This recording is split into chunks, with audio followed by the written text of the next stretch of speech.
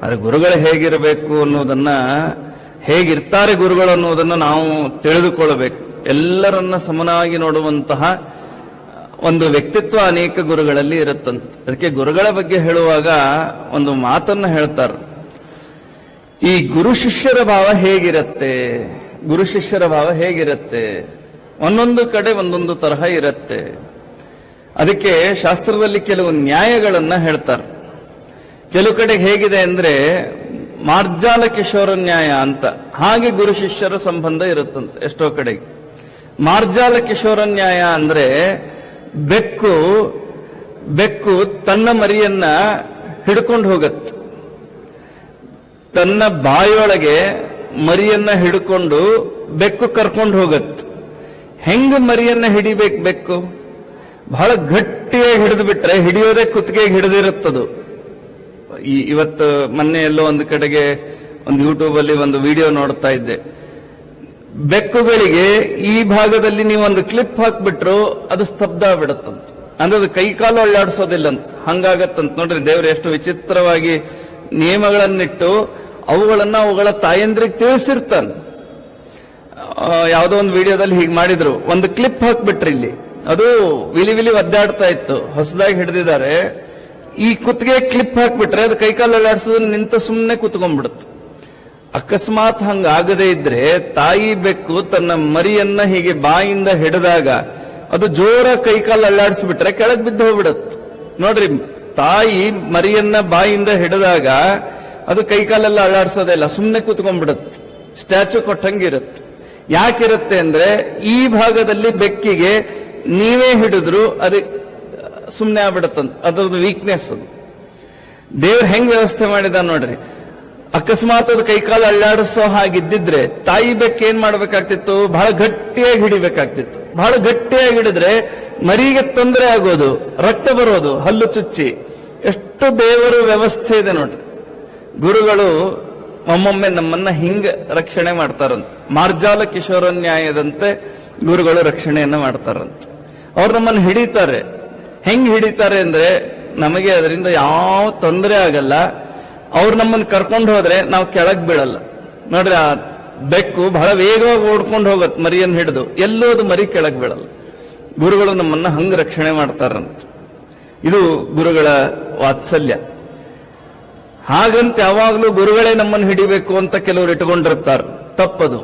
ನಾವು ಗುರುಗಳನ್ನು ಹಿಡಿಬೇಕಂತ. ಮರ್ಕಟ ಕಿಶೋರ ನ್ಯಾಯ ಅಂತಿದೆ. ಅಲ್ಲಿ ತಾಯಿದೇನ್ ಕೆಲಸ ಇಲ್ಲ. ಕೋತಿ ತಾಯಿ ಏನ್ ಮಾಡಲ್ಲ, ಮರಿ ಗಟ್ಟಿಯಾಗಿ ಹಿಡ್ಕೋಬೇಕು. ತಾಯಿ ಏನು ಕರ್ಕೊಂಡು ಹೋಗತ್ತೆ, ಆದ್ರೆ ಕೆಲಸ ಯಾರದಲ್ಲಿ? ತಾಯಿದೇನ್ ಕೆಲಸ ಇಲ್ಲ. ನೋಡ್ರಿ, ಹಿಂದೆ ಮಾರ್ಜಾಲ ಕಿಶೋರ ನ್ಯಾಯದಲ್ಲಿ ಮರಿದೇನ್ ಕೆಲಸ ಇಲ್ಲ, ತಾಯಿನೇ ಕರ್ಕೊಂಡು ಹೋಗತ್ತೆ. ಮರ್ಕಟ ಕಿಶೋರ ನ್ಯಾಯದಲ್ಲಿ ತಾಯಿದೇನ್ ಕೆಲಸ ಇಲ್ಲ, ಮರಿ ಗಟ್ಟಿಯಾಗಿ ಹಿಡ್ಕೋಬೇಕು. ಹೆಂಗೂ ನಮ್ಮನ್ನ ಗುರುಗಳು ರಕ್ಷಣೆ ಮಾಡ್ತಾರ, ನಾವು ಹೆಂಗ್ ಬೇಕಾರಿದ್ರೆ ಹೇಗೆ? ನಾವು ಗುರುಗಳನ್ನು ಗಟ್ಟಿಯಾಗಿ ಹಿಡಿಬೇಕು. ಗುರುಗಳನ್ನ ಅಂದ್ರೆ ಗುರುಗಳ ಮಾತನ್ನ, ಗುರುಗಳ ಸಿದ್ಧಾಂತವನ್ನ ನಾವು ಗಟ್ಟಿಯಾಗಿ ಹಿಡ್ಕೋಬೇಕಲ್ಲ. ನಾವು ಗುರುಗಳನ್ನ ಗಟ್ಟಿಯಾಗಿ ಹಿಡಿದೇ ಇದ್ರೆ ಮರ್ಕಟ ಕಿಶೋರ ನ್ಯಾಯದಂತೆ ಆಗತ್ತೆ. ಹೀಗಾಗಿ ಗುರುಗಳು ನಮ್ಮನ್ನು ಹಿಡಿಬೇಕು ಅನ್ನೋದು ಎಷ್ಟು ಸತ್ಯವೋ ಎಲ್ಲ ಜವಾಬ್ದಾರಿ ಗುರುಗಳ ಮೇಲೆ ಹಾಕಿ ಕೂತ್ಕೊಂಡ್ಬಿಡೋದು ಹಂಗೂ ಇಲ್ಲ. ನಾವು ಗುರುಗಳನ್ನ ಗಟ್ಟಿಯಾಗಿ ಹಿಡಿಬೇಕು. ಸಮಾಶ್ರಯೇತ್ ಗುರುಂ ಭಕ್ತ್ಯ ಮಹಾವಿಶ್ವಾಸಪೂರ್ವಕಂ ಅಂತ ಒಂದು ಮಾತನ್ನ ನಾವು ಕೇಳ್ತೇವೆ. ಅತ್ಯಂತ ವಿಶ್ವಾಸಪೂರ್ವಕವಾಗಿ ಗುರುಗಳನ್ನ ನಾವು ಮೊರೆ ಹೋಗಬೇಕಂತ. ಯಾರು ಅತ್ಯಂತ ಭಕ್ತಿಯಿಂದ ವಿಶ್ವಾಸದಿಂದ ಗುರುಗಳನ್ನ ಮೊರೆ ಹೋಗಿದ್ದಾರೆ ಅವರಿಗೆ ಯಾವತ್ತೂ ಸೋಲಿಲ್ಲ. ಸೋಲ್ತೀವಿ ಅಂದ್ರೆ ನಮ್ಮ ವಿಶ್ವಾಸದಲ್ಲಿ ಗಟ್ಟಿತನ ಇಲ್ಲ ಅಂತ ಅರ್ಥವೇ ಹೊರತು ಗುರುಗಳಲ್ಲಿ ದೋಷ ಇದೆ ಅಂತ ಸುತರಾಮ್ ಅರ್ಥ ಅಲ್ಲ. ಹೀಗಾಗಿ ನಾವು ಗುರುಗಳನ್ನ ಆಶ್ರಯಿಸಬೇಕು, ಅದು ಅತ್ಯಂತ ಮುಖ್ಯವಾದದ್ದು. ಇದು ಮಾರ್ಜಾಲ ಕಿಶೋರ ನ್ಯಾಯದಿಂದ ನಮಗೆ ಅರ್ಥ ಆಗುತ್ತೆ. ಮತ್ತೊಂದಿದೆ, ಎಷ್ಟು ಯಾವಾಗಲೂ ನಾವೆಲ್ಲ 24 ತಾಸು ಗುರುಗಳು ನಮ್ಮ ಕೈ ಹಿಡ್ಕೊಂಡೇ ಇರ್ಲಿಕ್ಕಾಗತ್ತೇನು? ಆಗಲ್ಲ. 24 ತಾಸು ನಾವು ಗುರುಗಳ ಕಾಲೇ ಹಿಡ್ಕೊಂಡಿರ್ಲಿಕ್ಕಾಗತ್ತೇನು? ಗುರುಗಳಿಗೂ ಬೇರೆ ಕೆಲಸ ಇರುತ್ತೆ, ನಮಗೂ ಬೇರೆ ಕೆಲಸ ಇರುತ್ತೆ. ಮತ್ ಅವಾಗ ಏನ್ ಮಾಡ್ಬೇಕು? ಅದಕ್ಕೆ ಮತ್ತೊಂದು ಮಾತನ್ನ ಹೇಳ್ತಾರೆ. ಏನಿದೆ ಅಂದ್ರೆ ಮೀನ ಕಿಶೋರ ನ್ಯಾಯ ಅಂತ ಒಂದಿದೆ.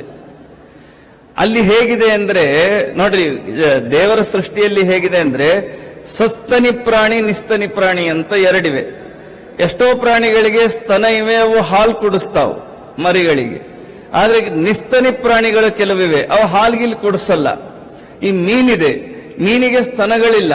ಮೀನು ಮರಿ ಹಾಕಿದ ಮೇಲೆ ತನ್ನ ಮರಿಗಳನ್ನ ಹೆಂಗ್ ರಕ್ಷಣೆ ಮಾಡುತ್ತದು? ಬೆಕ್ಕಿನ ಹಾಗೆ ಬಾಯಲ್ಲಿ ಹಿಡ್ಕೊಂಡು ಹೋಗಲ್ಲ. ಅಥವಾ ಮರಿಗಳು ಕೋತಿಯ ಅಮ್ಮನನ್ನ ಹಿಡಿಯುವಂತೆ ಈ ಮೀನಿನ ಮರಿಗಳು ಆ ತಾಯಿ ಮೀನನ್ನು ಹಿಡ್ಕೊಂಡು ಹೋಗಲ್ಲ. ಆದರೂ ಮರಿಗಳಿಗೆ ತಾಯಿಯ ಮೀನಿನಿಂದ ಒಂದು ಸಂತೋಷ, ಒಂದು ತೃಪ್ತಿ, ಒಂದು ಭಾವನೆ, ಒಂದು ವಿಶ್ವಾಸ, ಧೈರ್ಯ ಸಿಗತ್ತಂತೆ. ಮೀನ ಕಿಶೋರ ನ್ಯಾಯದಲ್ಲಿ ಹೇಗ್ ಸಿಗತ್ತೆ ಗೊತ್ತಾ? ತಾಯಿ ಮೀನು ಏನ್ ಮಾಡುತ್ತಂತ ಗೊತ್ತಾ? ಮರಿ ಮೀನುಗಳನ್ನ ನೋಡತ್ತಂತ. ಏನಿಲ್ಲ ಅಲ್ಲಿ, ತಾಯಿ ಮೀನು ಮರಿ ಮೀನನ್ನ ನೋಡಿದರೆ ಮುಗೀತು, ಆ ಮೀನುಗಳಿಗೆ ಹೊಟ್ಟೆ ತುಂಬತ್, ಒಂದು ಧೈರ್ಯ ಬರುತ್ತಂತ. ಎಷ್ಟು ದೇವರ ದೃಷ್ಟಿಯಲ್ಲಿ ದೂರದಿಂದ ನೋಡಿದ್ದು, ದೂರದಿಂದ ನೋಡಿದ್ದರ ಮಹಿಮೆಯಿಂದ. ಹೀಗೆ ಎಷ್ಟೋ ಸಾರಿ ಏನ್ ಸಾವಳ ತುಂಬಾ ಗಲಾಟೆಯಲ್ಲಿರ್ತಾರ, ಹೋಗಿ ಮುಂದೆ ನಿಂತು ಬಿಡೋರು. ಯಾಕೆಂದ್ರೆ ಸಾವಳ ಹಿಂಗ್ ಮುಟ್ಟಿ ಮಾತಾಡಿಸ್ಲಿಲ್ಲ, ಬೇಕಾಗಿಲ್ಲ. ಸಾವಳ ದೂರದಿಂದ ನಮ್ಮನ್ನು ನೋಡಿದ್ರೆ ಸಾಕು, ನಮ್ಮ ಪಾಪಗಳ ಪರಿಹಾರ ಆಗತ್ತೆ, ಅದರಿಂದ ನಮ್ಮ ಅನಿಷ್ಟಗಳೆಲ್ಲ ದೂರ ಆಗತ್ತೆ. ಹೇಗೆ ಅಂದ್ರೆ ಮೀನ ಕಿಶೋರ ನ್ಯಾಯದಂತೆ. ಇನ್ನೂ ಒಂದಿದೆ, ಆಯ್ತು ಮತ್ತೆ ಯಾವಾಗ್ಲೂ ಸಾವಳ ನಮ್ಮನ್ನೇ ಎಲ್ಲಿ ನೋಡ್ತಾ ಕೊಡ್ಲಿಕ್ಕಾಗತ್ತೆ. ಸ್ವಾಮಿಗಳಿಗೂ ಬೇಕಾದಷ್ಟು ಕೆಲಸ ಇರುತ್ತೆ ಅಲ್ವಾ? ನಮ್ಮಂತ ಭಕ್ತರು ಕೋಟಿ ಜನ ಸ್ವಾಮಿಗಳಿಗೆ, ನಾವೆಲ್ಲಿ ಒಂದು ಹುಲ್ಲು ತೃಣ. ನಾವು ಸ್ವಾಮಿಗೆ ವಾಸ್ತವಿಕ ನನ್ನಲ್ಲಿ ಏನ್ ಯೋಗ್ಯತೆ ಇದೆ ಅಂತ ಅವ್ರನ್ನ ನೋಡ್ಬೇಕು. ಆದ್ರೂ ನಾವು ಆಸೆ ಪಡ್ತೀವಿ, ಅವ್ರು ನನ್ನ ನೋಡ್ಬೇಕು, ನನ್ನ ಕೈ ಮಾಡ್ಬೇಕು, ನನ್ನ ಮಾತಾಡಿಸ್ಬೇಕು, ಹಿಂಗೆಲ್ಲ ಏನೇನೋ ತುಂಬಾ ಸಹಜವಾದ ಆಸೆಗಳು ಇರತ್ತೆ. ಹೌದು, ಅಂಥವ್ರು ನಮ್ಮನ್ನ ನೋಡಿಬಿಟ್ರೆ, ನಮ್ಮನ್ನ ಮಾತಾಡಿಸಿದ್ರೆ ನಮ್ಮ ಉದ್ಧಾರ ಆಗತ್ತೆ ಅಂತ ಒಂದು ಮನಸ್ಸಿನಲ್ಲಿ ಭಾವನೆ ಇರತ್ತೆ. ಅದರೊಳಗೇನ್ ಸಂದೇಹ ಇಲ್ಲ. ಆದ್ರೆ ಅದರಿಂದಲೇ ನಮ್ಮ ಉದ್ಧಾರ ಆಗತ್ತೆ ಅಂತೂ ತಿಳ್ಕೋಬೇಡ್ರಿ. ಕೂರ್ಮ ಕಿಶೋರ ನ್ಯಾಯ ಅಂತ ಒಂದಿದೆ ಶಾಸ್ತ್ರದಲ್ಲಿ, ಎಷ್ಟು ಚೆನ್ನಾಗಿವೆ ನೋಡ್ರಿ. ಇವೆಲ್ಲ ಗುರುಗಳಿಗೆ ಸಂಬಂಧಪಟ್ಟದ್ದಂತ. ಕೂರ್ಮ ಕಿಶೋರ ನ್ಯಾಯದಲ್ಲಿ ಏನ್ ವಿಚಿತ್ರ ನೋಡ್ರಿ. ಆಮೆಗಳಿವೆ. ಆಮೆ ಹೇಗೆ ಅಂದ್ರೆ, ಅದು ತನ್ನ ಮರಿಗೆ ಜನ್ಮ ಕೊಟ್ಟ ಮೇಲೆ ಹಾಲು ಕುಡಿಸಲ್ಲ, ಅದು ಸಸ್ತನಿ ಪ್ರಾಣಿ ಅಲ್ಲ. ಮೀನಿನ ಹಾಗೆ ಅದು ಹತ್ರ ಬಂದು ನೋಡೋದು ಇಲ್ಲ. ಆದರೂ ತಾಯಿ ಮತ್ತು ಮರಿಯ ಬಾಂಧವ್ಯ ಎಷ್ಟು ಅದ್ಭುತವಾಗಿರುತ್ತೆ. ದೇವರ ಸೃಷ್ಟಿ ಎಷ್ಟು ವಿಚಿತ್ರ ನೋಡ್ರಿ. ಆಮೆ ತನ್ನ ಮರಿಯನ್ನ ನೋಡಬೇಕಂತೂ ಇಲ್ಲ. ಏನು ಮಾಡತ್ತೆ? ಮೊಟ್ಟೆ ಇಟ್ಟು ಹೋಗ್ಬಿಡತ್ತೆ.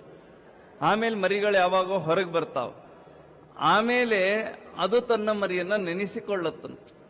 ತಾಯಿ ಆಮೆ ತನ್ನ ಮರಿಗಳನ್ನ ನೆನೆಸಿಕೊಂಡ್ರೆ ಸಾಕು, ಆ ಮರಿ ಆಮೆಗಳಿಗೆ ಹೊಟ್ಟೆ ತುಂಬತ್ತು. ಒಂದು ವಿಶಿಷ್ಟವಾದಂತಹ ಚೈತನ್ಯ ಆ ಮರಿ ಆಮೆಗಳಿಗೆ ಬರುತ್ತಂತ. ಗುರುಗಳು ನಮ್ಮನ್ನ ಹಿಡಿದು ಕರ್ಕೊಂಡು ಹೋಗ್ಬೇಕು, ನಾವು ಗುರುಗಳನ್ನ ಹಿಡಿದಿರಬೇಕು. ಗುರುಗಳು ನಮ್ಮನ್ನ ನೋಡಬೇಕು. ಗುರುಗಳು ನಮ್ಮನ್ನ ನೋಡ್ಲಿಕ್ಕಾಗದೇ ಇದ್ರು ನಮ್ಮನ್ನ ಮನಸ್ಸಿನಲ್ಲಿ ನೆನೆಸಿಕೊಂಡು ಅವನಿಗೆ ಒಳ್ಳೇದಾಗಲಿ ಅಂತ ಹರಿಸಿದ್ರೆ ಸಾಕು, ನಮಗೆಲ್ಲ ವಿಧವಾದಂತಹ ಇಷ್ಟಾರ್ಥಗಳು ಪೂರ್ಣವಾಗತ್ತೆ. ಇದೆಲ್ಲ ಆಗಬೇಕಾದ್ರೆ ನಮಗೆ ಒಳಗೆ ಒಂದು ಗುರುಭಕ್ತಿ ಇರಬೇಕು. ಗುರವೋ ಬಹವಃ ಸಂತಿ ಶಿಷ್ಯ ವಿತ್ತಾಪಹಾರಕಾಹ, ಗುರವೋ ಅಬಹವಃ ಸಂತಿ ಶಿಷ್ಯ ಚಿತ್ತಾಪಹಾರಕಾಹ. ಎರಡು ತರಹದ ಮಾತನ್ನ ನಾವು ಕೇಳ್ತೀವಿ. ಬಹಳ ಜನ ಗುರುಗಳಿದ್ದಾರೆ. ಶಿಷ್ಯ ವಿತ್ತಾಪಹಾರಕಾಹ, ಲೌಕಿಕ ಶಾಲೆಗಳಲ್ಲಿ ನಾವು ನೋಡ್ತೇವೆ. ಮೊದಲಿಷ್ಟು ಡೊನೇಷನ್ ಕೊಟ್ರೆ ಒಳಗೆ ಸೇರಿಸ್ತಾರೆ, ಇಲ್ಲ ಅಂದ್ರೆ ಇಲ್ಲ. ಶಿಷ್ಯ ವಿತ್ತಾಪಹಾರಕಾಹ. ಆಧ್ಯಾತ್ಮಿಕ ಗುರುಕುಲದಲ್ಲಿ ಡೊನೇಷನ್ಗಳಿಲ್ಲ, ಮುಗಿದ ಮೇಲೆ ಸ್ವಾಮಿಗಳೇ ದಕ್ಷಿಣೆ ಕೊಟ್ಟು ಕಳಿಸ್ತಾರೆ. ಹೀಗಾಗಿ ಗುರವೋ ಅಬಹವಃ ಸಂತಿ ಶಿಷ್ಯ ಚಿತ್ತಾಪಹಾರಕಾಹ. ಶಿಷ್ಯರ ಮನಸ್ಸನ್ನ ಅಪಹಾರ ಮಾಡುವಂತಹ ಗುರುಗಳು ಬಹಳ ಕಡಿಮೆ ಅಂತ. ಈ ಪೀಠದಲ್ಲಿ ಬಂದ ಎಲ್ಲ ಮಹನೀಯರಿಗೆ, ಎಲ್ಲ ಗುರುಗಳ ಚರಿತ್ರೆಯನ್ನು ನೀವು ನೋಡ್ರಿ. ಶಿಷ್ಯವಾತ್ಸಲ್ಯ ಇದೊಂದು ವಿಶಿಷ್ಟವಾದ ಉತ್ತರಾದಿ ಮಠದ ಸಂಪತ್ತಿದೆ. ಶಿಷ್ಯವಾತ್ಸಲ್ಯ, ಎಂಥ ಶಿಷ್ಯವಾತ್ಸಲ್ಯವನ್ನ ನಾವು ಎಲ್ಲ ಮಹನೀಯರ ಕಥೆಯಲ್ಲಿ ಕೇಳ್ತೇವೆ. ನೀವು ಮುಂದೆ ಇನ್ನು ಚರಿತ್ರೆಯಲ್ಲಿ ಕೇಳ್ತಾ ಹೋಗುವಾಗ ಸತ್ಯಧ್ಯಾನರ ಕಥೆಯನ್ನೆಲ್ಲ ನೀವು ಕೇಳ್ರಿ, ಕಣ್ಣಲ್ಲಿ ನೀರು ಬರುತ್ತೆ ಸತ್ಯಧ್ಯಾನರ ಕಥೆ ಕೇಳಿದ್ರೆ. ಅಂಥ ಶಿಷ್ಯವಾತ್ಸಲ್ಯ. ಈ ಪೀಠದಲ್ಲಿ ಬಂದ ಎಲ್ಲಾ ಮಹನೀಯರಿಗೆ ಎರಡು ತುಂಬಾ ಬಲವಾಗಿದೆ. ಒಂದು ಶಿಷ್ಯವಾತ್ಸಲ್ಯ, ಮತ್ತೊಂದು ಗುರುಭಕ್ತಿ. ಈ ಎರಡೂ ಅಷ್ಟೇ ಗಟ್ಟಿಯಾಗಿದೆ. ಗುರುಭಕ್ತಿಯ ಬಗ್ಗೆನೂ ನಾವು ಈ ಪೀಠದಲ್ಲಿ ಬಂದ ಎಲ್ಲ ಮಹನೀಯರಲ್ಲಿ ಏನ್ ವಿಶಿಷ್ಟವಾದ ಗುರುಭಕ್ತಿಯನ್ನ ಮಾಡಿದಂತಹ ಸತ್ಯನಾಥರು, ಸತ್ಯಾಭಿನವರು, ಇವರ ಕಥೆಯನ್ನೆಲ್ಲ ನಾವು ಕೇಳ್ತೇವೆ. ಮುಂದೆ ನೀವು ಚರಿತ್ರೆಯಲ್ಲಿ ಅದರ ಬಗ್ಗೆ ಎಲ್ಲ ವಿಸ್ತಾರವಾಗಿ ಕೇಳ್ತೀರಿ. ಅವರೇ ಹೇಳಿ ಬರೆಸಿದಂತಹ ಶ್ಲೋಕಗಳಿವೆ. ಅವರೇ ಹೇಳಿ ಬರೆಸಿದಂತಹ ಶ್ಲೋಕಗಳು. ಸತ್ಯಾಭಿನವರು ತಮ್ಮ ಗುರುಗಳ ಸ್ಮರಣೆಯಿಂದ ತಾವೇನೆಲ್ಲ ಆಪತ್ತುಗಳನ್ನ ಪರಿಹಾರ ಮಾಡಿಕೊಂಡ್ರು ಅಂತ ಸತ್ಯನಾಥ ಮಹಾತ್ಮ್ಯ ರತ್ನಾಕರ ಎನ್ನುವಂತಹ ಗ್ರಂಥದಲ್ಲಿ ಅವರೇ ತಮ್ಮ ಶಿಷ್ಯರಿಂದ ಹೇಳಿ ಬರೆಸಿದ್ದಾರೆ. ಅಷ್ಟು ವಿಶಿಷ್ಟವಾದಂತಹ ಒಂದು ಗುರುಭಕ್ತಿಯನ್ನ ಮಾಡುವ ಇದು ಹೇಗಿದೆ ಅಂದ್ರೆ ರಕ್ತದಲ್ಲಿ ಬಂದು ಬಿಡತ್ತೆ, ರಕ್ತದಲ್ಲಿ ಬಂದಿದೆ. ಅಷ್ಟು ಗುರುಭಕ್ತಿಯನ್ನ ಎಲ್ಲ ಮಹನೀಯರು ಮಾಡ್ತಾರೆ.